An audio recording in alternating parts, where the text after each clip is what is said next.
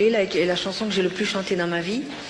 Abdul Wahab m'a fait beaucoup de chansons, m'a beaucoup appris en dehors des chansons, m'a appris la diction parce que, en bonne parisienne que j'étais lorsque je suis arrivée au Caire, ça n'était pas très net l'élocution.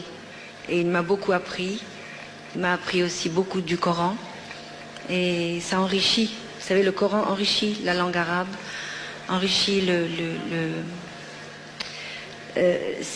on se sent plus fort quand on connaît un peu du Coran. Ça apporte une spiritualité à la vie quotidienne. Absolument, oui. Alors, puisque nous abordons ce sujet, chère Warda, je voudrais qu'on revienne un petit peu à ce qu'était le Ramadan dans votre enfance.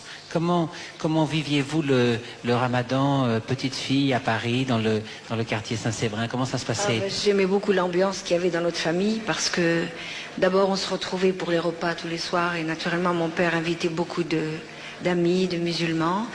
Et avant ça, je sais que ma mère, en bonne libanaise, faisait le couscous à Boulogne-Billancourt pour tous les musulmans. Il y avait un foyer qui s'appelait le foyer musulman. Ça, naturellement, je ne l'ai pas vu parce que j'étais bébé. Mais je sais que déjà, c'était très important l'ambiance du Ramadan. Moi, naturellement, ce qui comptait pour moi, c'était surtout la musique et manger. C'est tout à fait autre chose. Le Ramadan, c'est le pardon, c'est le non à la violence.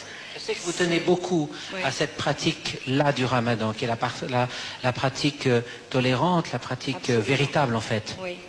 Et surtout faire du bien autour de soi, donner quand on peut, le plus possible, et surtout s'aimer. Puis le Ramadan, c'est pas un étalage, de toute façon, le carême.